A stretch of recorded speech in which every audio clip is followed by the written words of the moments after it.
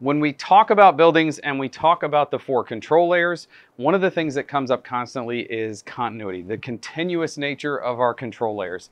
And so if we take the most important control layer, the water control layer, and we look at it in the most simplest of terms, is it continuous? Let's start at the top of the building. Let's look at a roof. If that control layer is discontinuous, if it has a 1-inch hole in it and it is not continuous, we have failed, right? Because water is getting into the building. So if our control layers are not continuous, they are a failure in some way or another. And when we look at insulation, the traditional way that we've done insulation in the United States with cavity insulation in between our studs, in between our framing, our control layer is discontinuous. Today, I want to talk to you about continuous insulation, what the code says, where the value lies, and what decisions we're going to make. Let's do it now, and what should I use? What should I use? A Build Original series with me, Jake Bruton. As is a custom here on What Should I Use, we're going to start with the IRC 2021. And in this one, we're going to skip that very beginning, like third chapter where we just kind of define, the building has to have insulation from a fire standpoint. I get that health and safety is the point of the code, and that health and safety being fire in this instance. Those fire assemblies are very important. We're gonna focus on making it not fall down and not burn down first, but that's not gonna be our conversation today. We're going to assume that we're all capable of that. When we move past that and past the fire resistance, we're gonna go a little bit more advanced fairly quickly. We wanna talk about the decision-making process and optimizing this control layer for health and comfort. And I wanna talk to you kind of about the thing that's making me want to just jump past that. And it's a question that Steve Basic asked me probably in the first 2 or 3 years of us being friends. He said, what is the goal of a building? And I literally looked at him dumbfounded and I was like, what is he wanting me to answer here? And finally he said, it's control. And I was like, oh yeah, we're building a building so that we're not living outside. And the whole point is to create an environment that we have control over. And if we have control over the environment, we can ensure health and comfort and safety and all the things that are the actual reason to be inside, to be in a building, to have paid one of us to build a building for someone. And insulation, the control layers, are one of the things that are the most important aspects here. So when we start talking about continuous insulation, I know your brain probably goes to the things that are behind me on our mock-up, but I want to talk to you about the aspect that you're probably already installing continuous insulation on your buildings in some way or another. So I want to talk to you first below grade. If you're building below grade foundations where we're talking like basements or crawl spaces, interior or exterior insulation, you're probably doing continuous insulation. You're probably putting up some sort of sheet foam or continuous spray foam and then framing inside that, or you're doing some sort of insulation on the outside of the foundation before your dimple mat or your backfill or anything like that. That's continuous. It's unbroken. Your attic insulation, if you are doing vented assemblies and you're just insulating on the top side of your ceiling, once you get past the truss height or your ceiling joist, everything else for, say, the next 16 inches, all of that is continuous, and it's, if not completely unbroken, relatively unbroken, and I would think of that as a continuous insulation. That's not what this is, but it is continuous and mostly unbroken. So I don't think that continuous insulation is new. I think install methods, when we start talking about our walls, there is some continuous insulation that is new. But I want to take a look at what the code says now and why continuous insulation for the walls is something that we should be considering. So I want to bring in the vibe board and I want to talk to you about the chart that is going to dictate this entire conference. Okay, so since we're skipping all that section 3 in the IRC, we're going to jump straight to the energy efficiency section. This happens to be, and I cannot believe I'm about to say this, my favorite section in the code. This is in 1102.1.3. So This is just referencing R values and really just, I said R values, but it's U factors and R values for the whole building. So we're talking about windows, skylights, and walls and all of our assembly basically. So this is like we're resisting heat flow for the entire building table in the chart. So what I'm going to do is I'm going to talk about my climate zone 4A because that's where I live. Your climate zone's on here and you have to figure out where you are on your own. But what I want to draw your attention to is this box. So we're looking at wood frame wall R value and we're going to look at climate zone 4. And I want to talk about, there are 3 allowances here. We have 20 plus 5 or 13 plus 10, and it says CI, or 0 plus 15. So the 5 and the 15 there, they're supposed to have CI after them. Just for space concerns, they just put it after the 10. So think of it as 20 plus 5 CI, 13 plus 10 CI, or 0 plus 15 CI. The other part of this is we have basement wall, slab, and crawl space. So remember I talked about continuous is already probably happening below grade. But we have 10 CI or 13, 4 CI or 4 feet. That means like a 4-foot projection. I think we can probably say that that's probably not great in my climate zone, where you might be coupling to the soil in the south because of soil temperatures. In climate zone 4, we probably want to uncouple and insulate all the way across. So I would make a recommendation on 10 CI. So we're going to kind of move past that. But crawl space is 10 CI or 13. So basement and crawl space are the same. So what I really want to talk about is this section in the middle. So if we're looking at the 25, 13, 10, 0, 15, option 1 is 20 plus 5. So if we take that number, that's R25 cumulative. Now, it's not exactly that, because if we think about it as the 20 is cavity insulation and the continuous is 5. That cavity insulation, as I said earlier, is discontinuous. It is broken up by studs. Every place you have a 2x6 stud, because that 20 is going to be in a 2x6 frame wall, because you're only going to be able to access that much insulation cost effectively in a 2x6 wall. It's broken up by roughly an R5.5 2x6. That's the rating of Southern Yellow Pine, or close. We're talking round numbers here. So you're breaking that 20 by an R5 every 16 or 24 inches. And then you're also breaking it every time you have a window, but you're breaking the continuous every time you have a window or a door. So then if we look at the next one, it's 13 plus 10. Well, 13 plus 10 only equals 23. How come if we're using more continuous insulation, our R value is actually allowed to go down? Well, because the continuous is a better factor than the cavity insulation. So while we're only putting 13 in the wall, which means we could build a 2x4 wall and put 10 outboard, we could make our total cumulative value down to a 23, and we'd actually have a wall that is comparable by code standards, meaning we've paid for more continuous exterior insulation, but potentially less framing members at that point. And lastly, option 3, 0 plus 15. That is a little dramatic change there. We're a whole R10 less than the first option there. That seems like we could build a 2x4 wall, leave it open, and just put 15 outboard. Now I realize there's discussions about, well, how do we hang that out there? How do we place all that on the outside?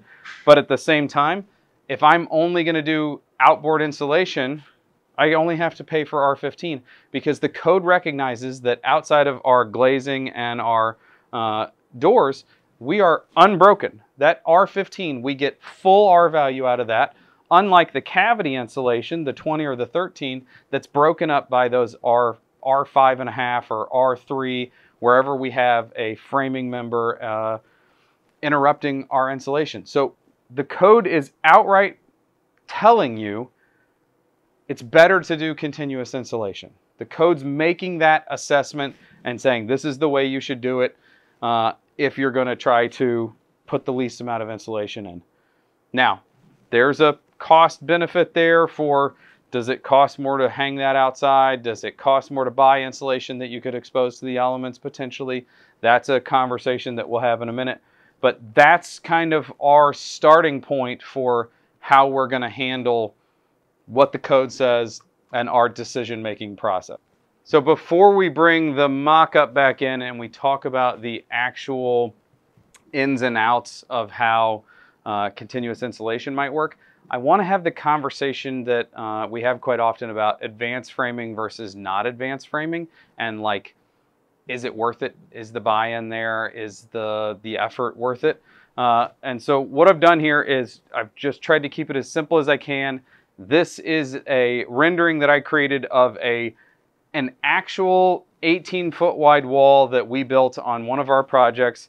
So we have two 5-foot by 5-foot windows with headers over top of them. The wall was framed 16 on center, and then the yellow spaces are representing our insulation. So we have no continuous insulation on this wall. We just have cavity batt insulation. So we have R19 cavity insulation on a 16 on center wall. The other option here that we would have is if we took and made this advanced framing and we were to move things around, we would get substantially less framing members in the wall. We would find a way to set it up where we didn't have to have headers. In this actual building, we could have framed it without headers potentially. We just chose to go ahead and put the headers in. You can see there are substantially less framing members in this picture. Now, what I've done next is I've taken that first wall and kind of tried to represent everything as if it were mushed together. So we have our windows, and then we have our entire framing package shoved into one corner. The idea being that now we're representing everything in kind of just like one big chunk.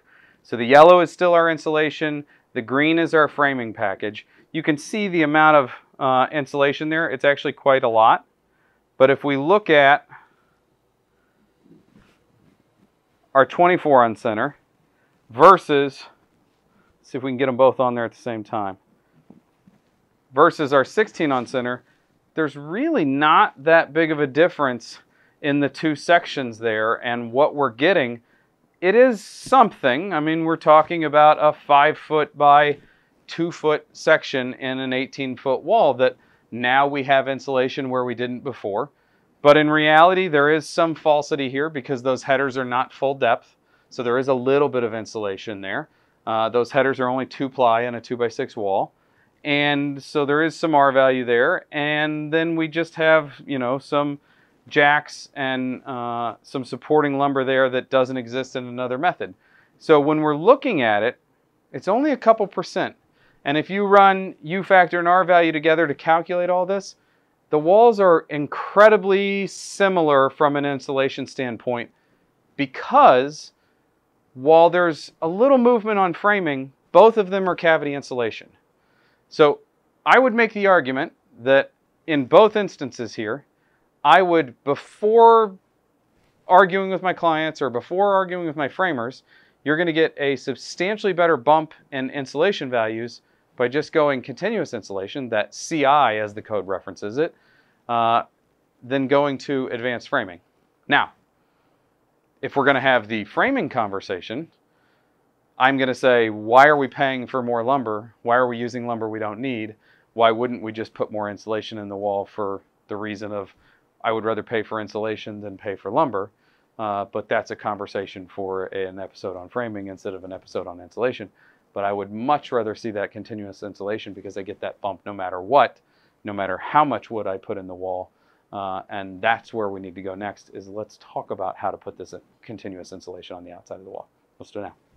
So if we're gonna take a look at our mock-up now, there are a couple things that are like the first things that we have to address.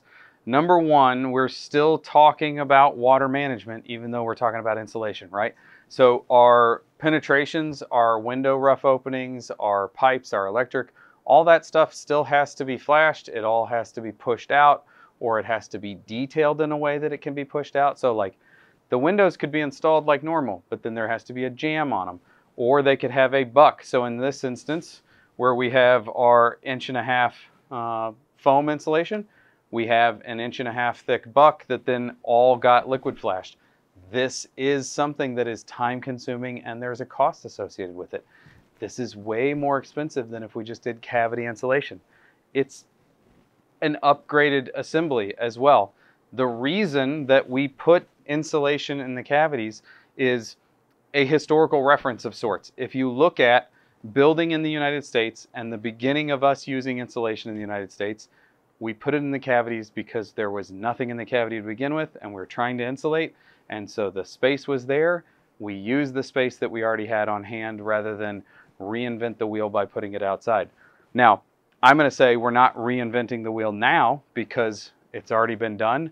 We know how to do it. We have two examples here. Both of these are durable, exterior rated materials. We have a polyiso foam. We have a mineral wool that's rated to be outside. Both of these obviously are going to be covered with cladding.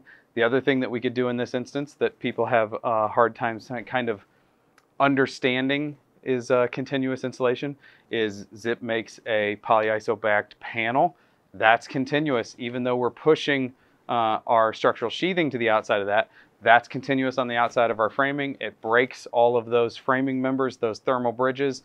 Therefore, it's continuous. We just happen to be putting a structural panel and our WRB on the outboard of that. Everything here has to go back to our WRB. So when we start talking about that, let's take our head flashing, for instance. If we're going to have a head flashing in our assembly, and it has to go from outside of the insulation all the way back to our WRB. Everything is here for water management, so everything has to attach to our water management layer. That's one of the things that both rain screens and insulation layers have a tendency to kind of confuse people, I would say. And that is very quickly, you can resolve all those issues by, if it's managing water, it has to go back to our water management layer. The insulation choice is an affect of what are we going to have to attach, how much is it going to cost, who's going to be installing it in my book.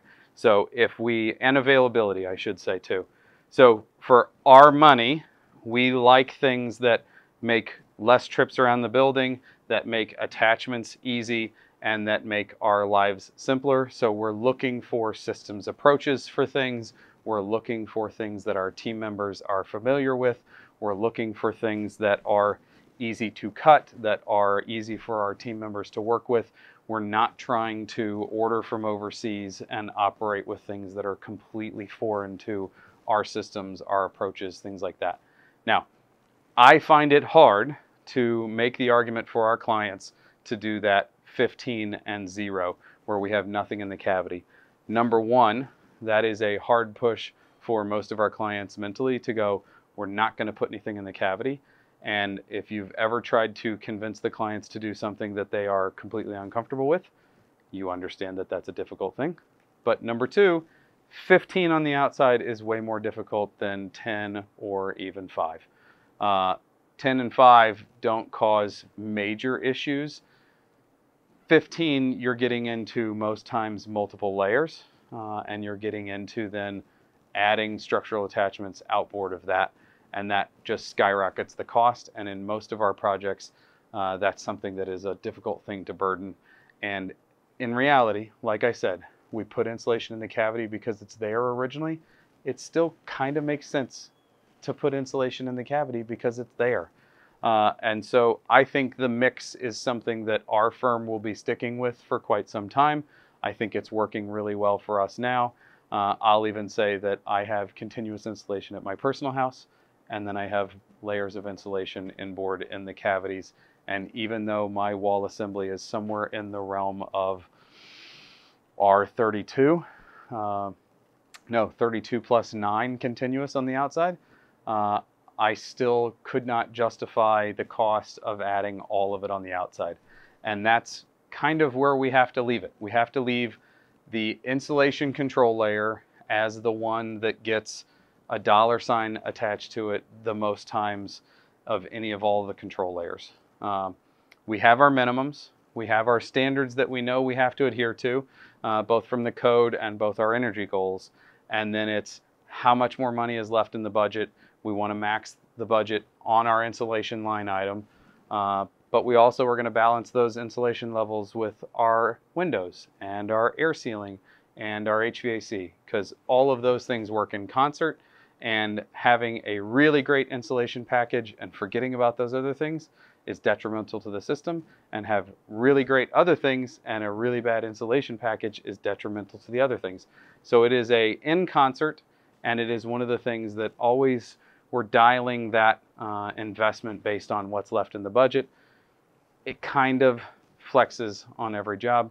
I don't think we're going to have everything outboard at any point anytime soon just because of that reason. So I think you should consider it because it's going to get enforced at some point soon in your market, most likely.